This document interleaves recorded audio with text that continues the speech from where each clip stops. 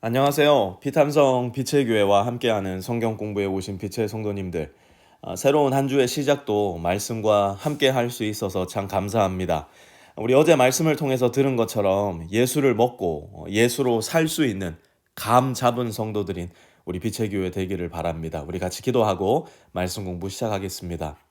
하나님, 밥 안 먹고 느끼는 배고픔처럼 예수님을 먹지 않아 느끼는 예수님 고품이 생생하게 느껴진다면 얼마나 좋을까요?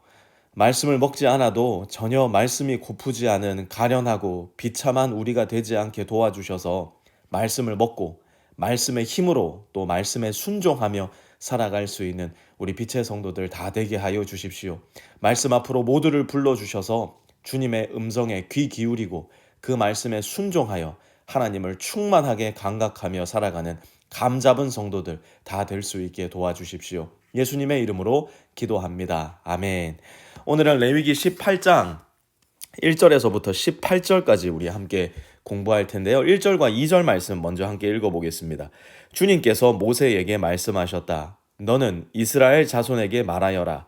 그들에게 이렇게 일러라. 내가 주 너희의 하나님이다. 아멘. 하나님의 말씀 전체에 대한 기준 그리고 근거가 되는 것이기도 하지만 특별히 레위기 18장에서 하나님은 이 부분을 유독 더 강조하시는데요. 하나님께서 무엇이든 하여라 말씀하시는 거 혹은 don't 하지 말라 말씀하시는 것의 근거와 기준은 내가 주 너희의 하나님이기 때문이라는 겁니다. 하나님은 우리를 만드시고 우리에게 생명을 주시고 지금도 우리의 생명을 주관하시고 보호하시며 인도하시는 분이기 때문에 우리에게 무엇이든지 간에 do, don't 말씀하실 수 있는 분이라는 겁니다. 이제 사춘기에 접어드는 제 큰애가 가끔씩 화가 나면 저한테 그런 말을 해요. You don't know anything about me. How dare you say that? 아빠 아무것도 몰라. 아빠가 뭔데 그렇게 말해? 막 소리 지릅니다.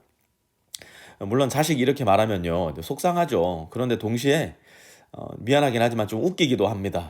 나도 옛날에 우리 부모님한테 저렇게 말했었는데 이제는 내 딸이 나한테 저러고 있네. 그런 생각이 들기도 합니다. 여러분 논리로 따지면요.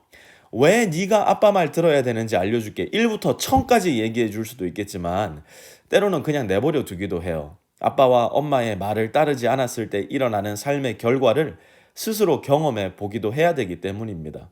하나님도 마찬가지예요. 때때로 이스라엘 백성들은 불순종을 통해 하나님을 매우 깊이 배웠어요. 다음부터는 절대로 그러지 말아야 되겠다. 하나님 말씀을 들었어야 했어. 그들 스스로의 삶의 결과로서 깨닫는 것들이 굉장히 많이 있었습니다. 저와 여러분도 마찬가지 아니겠습니까? 그런데 유독 오늘 본문에는 내가 주 너희의 하나님이다. 그러니 무조건 내 말 들어야 된다. 이 말씀이 자주 등장합니다. 4절도 한번 보세요. 내가 주 너희의 하나님이다. 5절도 보시면요. 나는 주다. 6절도 보시면요. 나는 주다. 오늘 말씀이 얼마나 중요한지. 하나님은 다른 건 다 져줘도 이건 안 져준다. 다른 거는 순종 안 하고 니네가 그 결과의 쓴맛을 보아도 이것만큼은 굳이 쓴맛 보려고 하지 말아라. 하나님은 꼭 어린애 달래듯 말씀하고 계신 것 같아요. 도대체 무슨 이야기길래 하나님께서 이렇게 말씀하시는 것일까? 3절 한번 보십시오. 너희는 너희가 살던 이집트 땅의 풍속도 따르지 말고 이제 내가 이끌고 갈 땅 가나안의 풍속도 따르지 말아라. 너희는 그들의 규례를 따라 살지 말아라. 아멘. 먼저 오늘 본문이 다루는 주제를 말씀드리자면 성생활에 대한 규례와 말씀입니다. 하나님은 말씀하세요. 너희가 살던 이집트 땅의 풍속 따르지 말라는 겁니다. 400여 년간 익숙하게 살아오던 과거의 성문화 그거 다 버리라는 겁니다. 뿐만 아니라 이제 곧 너희가 들어가게 될 새로운 땅의 성문화 곧 가나안의 풍속도 따라서는 안 된다는 거예요. 그러면 뭘 어떻게 하라고요? 4절 보십시오. 그리고 너희는 내가 명한 법도를 따르고 내가 세운 규례를 따라 살아라. 내가 주 너희의 하나님이다. 아멘. 여러분 하나님께서는 남자와 여자가 한 몸이 되게 디자인하신 분이에요. 곧 결혼을 창조하신 분이에요. 뿐만 아니라 남자와 여자의 몸을 작품으로 빚어 만드시고 인간의 몸에 성이라는 매우 신비스러운 영역과 선물을 만들어 주셨다는 겁니다. 여러분, 성은요, 단순히 몸에 있는 것이 아니에요. 성은 몸과 마음과 영혼 깊숙한 곳을 관통하는 매우 신비한 영역이에요. 그렇기 때문에 성을 잘못 사용하면요, 몸만 망가지는 것이 아니라 마음과 영혼까지도 황폐하게 됩니다. 저는 이 성의 잘못된 사용 때문에 10년, 20년 평생을 괴로워하면서 살아가시는 분들 적지 않게 뵙니다. 그러면서 제가 깨달은 것이 하나가 있어요. 여러분, 오늘날 우리가 이런 이야기예요. 뭐 내 몸뚱아리인데, 여러분, 몸뚱아리 아닙니다. 그 누가 몸이 이끄는 대로 즐기라고 했단 말입니까? 그 누가 내 몸, 내 마음대로 하는 거지 함부로 말할 수 있을까요? 사랑하는 빛의 성도 여러분, 우리의 몸은요, 몸뚱아리 절대 아닙니다. 우리의 몸은 하나님의 성령께서 거하시는 성전이라는 사실을 기억해야 돼요. 그러니 우리는 그저 몸이 이끄는 대로 사는 존재가 아니라 성령의 소욕이 이끄는 대로 살아가는 존재이고요. 주 우리 하나님의 말씀대로 살아가야 하는 존재예요. 그렇게 했을 때 무엇이 있는데요? 우리가 그토록 바라는 행복이 거기에 있고요. 우리가 그토록 바라는 기쁨과 즐거움이 바로 여기에서 나오는 거예요. 6절도 이어서 한번 보실까요? 너희 가운데 어느 누구도 가까운 살부치에게 접근하여 그 몸을 범하면 안 된다. 나는 주다. 아멘. 하나님은 이집트 땅에서 나와 가나안 땅으로 들어가게 될 이스라엘 백성들에게 하나의 큰 성적인 규례를 주십니다. 쉽게 이야기하자면 근친상간, 이거 안 된다는 겁니다. 7절과 8절은 양 어머니를 범해서는 안 된다 말씀하고 계세요. 9절은 너의 누이를 범해서는 안 된다 말씀하고 있고요. 10절은 너의 손녀를 범하지 말아라. 11절은 너의 동생을 범하지 말 것을 하나님께서 명령하고 계십니다. 12절을 보니까요, 고모를 범하지 말 것. 13절은 이모를 범하지 말 것. 14절은 숙모를, 15절은 며느리를, 16절은 형수나 제수의 몸을 범하지 말 것을 명령합니다. 17절을 보면요, 너의 딸을 범하지 말아라 말씀하시고요. 18절은 너의 처형의 몸을 범하지 말 것을 명령합니다. 그 시대에는 사실 우리가 지금까지 쭉 살펴본 것은 어떻게 그런 일이 있었을까 싶잖아요. 그런데 이스라엘 백성들이 출애굽하여서 가나안 땅으로 들어가던 시대에는 이 가족 중심, 더 나아가 부족 중심 사회였기 때문에 대가족을 이루어 살아가던 것이 보편적이었어요. 그러다 보니 이 가족 간의 근친상간 매우 일반적으로 이루어졌었는데요.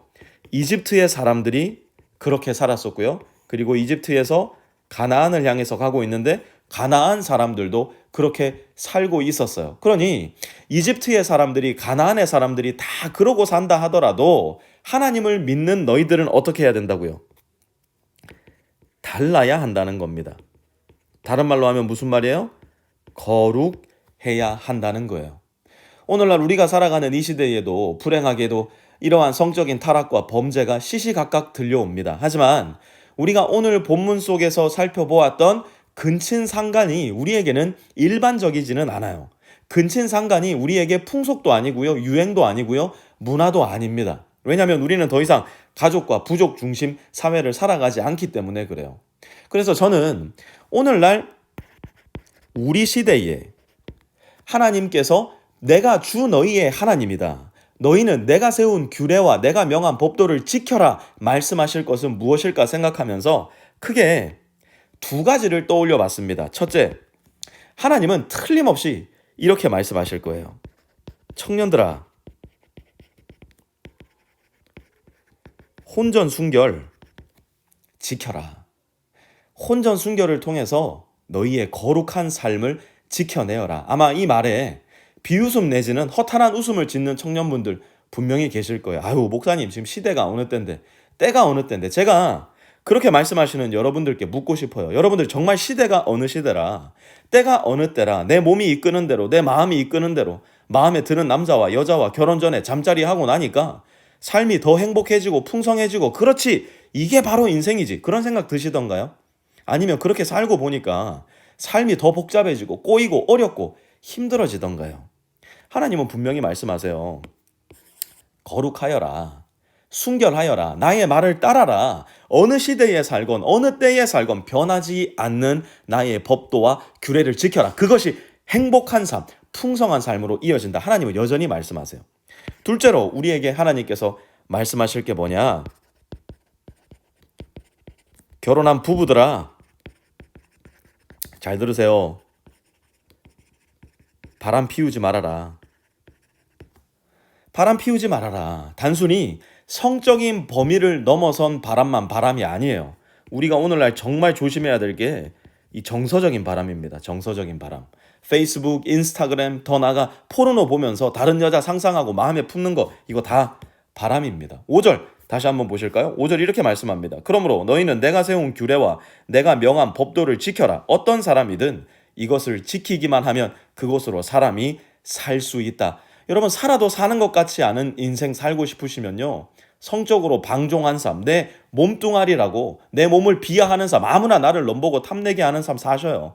하지만 정말 사는 것 같이 사는 삶, 풍성하고 충만한 삶을 살고 싶으시다면 하나님이 세운 규례, 하나님께서 명하신 법도를 잘 지켜나가십시오. 그것이야말로 진짜 잘 먹고 잘 사는 길이에요. 우리 모든 빛의 성도님들이 우리 주님께서 우리에게 가르쳐 주신 규례와 법도를 따라서 우리의 몸을 순결하고 거룩하게 잘 가꾸어 잘 먹고 잘 사시는 우리 성도님들 되시기를 좋으신 주님의 이름으로 축원합니다.